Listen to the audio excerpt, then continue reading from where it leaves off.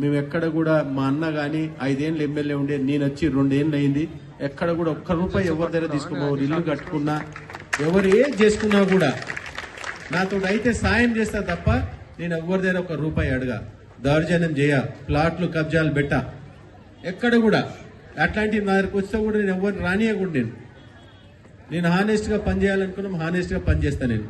ఇంకోటి, నేను ఎమ్మెల్యే ఉండి నేను ఎక్కడ కూడా ఏతులు కొట్టాను, నాకు గన్మెన్లు కూడా లేరు అంటే మీరు అర్థం చేసుకోవాలి. నేను ఒక్కనే తిరుగుతాను. నేను ఏ ఎమ్మెల్యే కూడా ఒక్కరు తిరిగేది ఎక్కడ కూడా మీరు చూడకుండా వచ్చి నేను మోటార్ సైకిల్ మీద తిరుగుతాను. నేను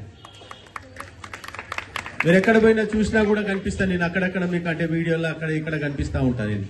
ఎందుకు ఈ మాట చెప్తున్నానంటే అంటే మనకు ఇట్లాంటి ఎమ్మెల్యే ఉండాలి, ఇట్లా పేరు తెచ్చుకోవాలి, మీరు కూడా బయట గొప్ప చెప్పుకోవాలనే ఉద్దేశంతో చెప్పడం జరుగుతూ ఉంది.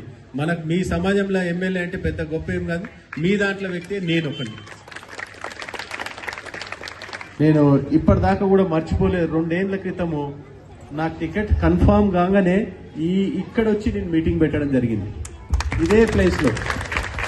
ఆ రోజు వర్షం వస్తూ ఉంటే కూడా అందరు ఇక్కడ ఉన్నారు. వర్షం వస్తుంటే నేను అప్పుడే అనుకున్నా వర్షం వస్తుందంటే నేను 100% గెలుస్తున్నామని చెప్పి.